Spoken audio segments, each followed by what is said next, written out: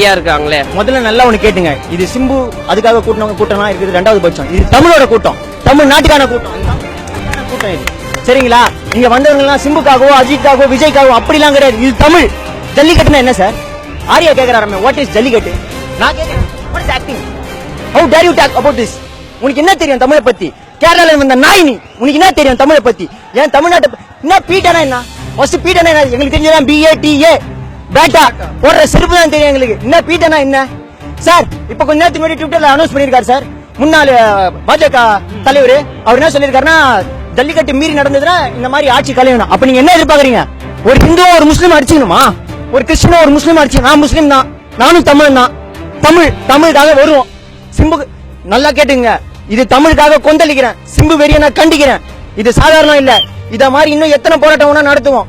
இன்னும் 20 வருஷம் கழிச்சு மவுண்ட் ரோட்ல நடத்துவோம் ஜல்லிக்கட்டு நடக்கும். ஜல்லிக்கட்டு நடத்துவோம்.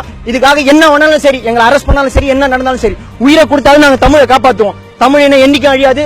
தமிழ மாதிரி யாரும் வரவும் முடியாது. தமிழ மாதிரி யாராலையும் உருவாக்கவும் முடியாது. தமிழன் தான்.